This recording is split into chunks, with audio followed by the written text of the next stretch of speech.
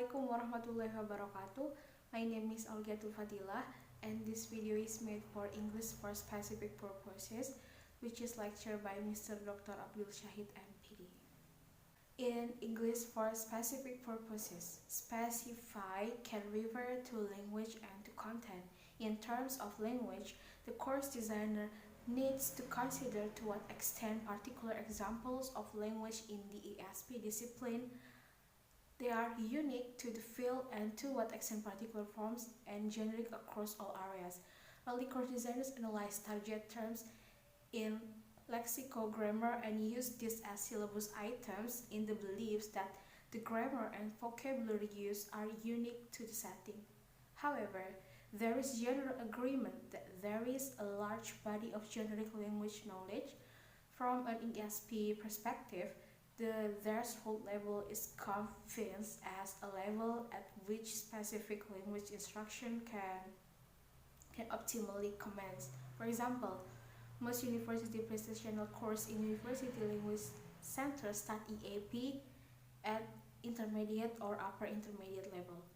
In terms of specify of content in ESP, there are two perspectives connected with the notion of common core in ESP language in relation to the specify of language. ESP course can be classified as English for general specific purposes and English for specific purposes. Thus, we have course in English for general academic purposes or English general business purposes, and course in English for specific academic purposes or English for specific business purposes.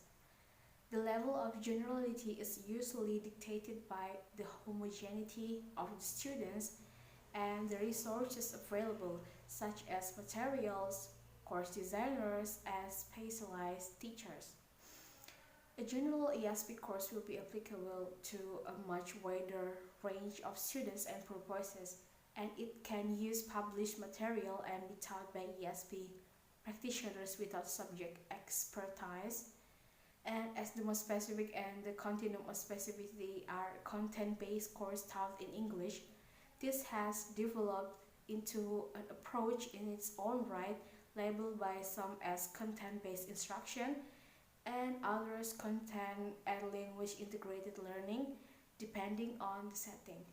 A course designer needs to decide to whether focus on grammar will be included in the course, and if so, which aspects of grammar it will focus on, and which description of language will inform the course. And the decision about which grammatical items should be included in an ESP course can be informed by discourse analysis that can indicate common linguistic forms in the target situation. And in addition, diagnostics procedures such as grammar tests or language audit conducted at the needs analysis stage can identify areas of language and grammar that students need to be included in the course.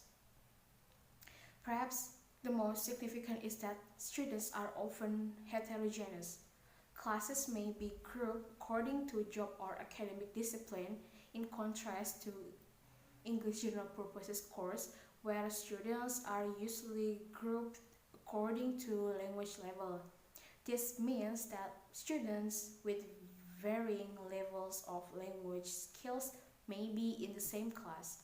Further, because English specific purposes course often commence once the threshold level is attained, some student and teacher may believe that a focus on grammar is no longer essential as the basic form have already been occurred by the students. In a published ESP course that may not be a focus on grammar or grammar syllabus 10, this doesn't mean that grammar is not important in ESP, but it is often left to the ESP practitioner to supplement a given ESP course with frequent and common grammar forms taken from the target communicative situation and as the need arises.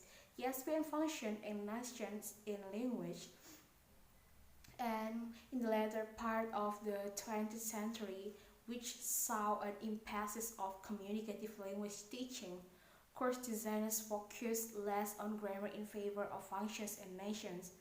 A function represents language that can achieve communicative aims defined by White as intentional or purposive use of language.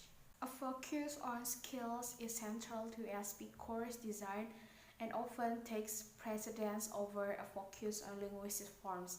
One reason for this may be that skills and texts are central to many areas of ESP and are relatively easy to identify the ESP settings. The first consideration is whether skills are receptive reading and listening and productive speaking and writing. Writing. Very often, writing plays a very important role within ESP. In EAP, for example, academic writing is extremely important because majority of academic assessment is made the vehicle of writing. The notion of academic literacy has received a lot of attention in recent. And reading, the focus on reading in ESP has followed a similar trajectory of writing. And large chunks of text, such as the moves within the business report, selecting text to use in an ESP course is very important. Central to this is the notion of authentic materials. And then speaking is a central aspect of many ESP courses. English has become the language of business and international communication, and speaking is a vital tool to execute commerce. It is important in international settings that norms are established and adhered to. As between reading and writing, there is a close relationship between speaking and listening. Interaction involving both speaking and listening.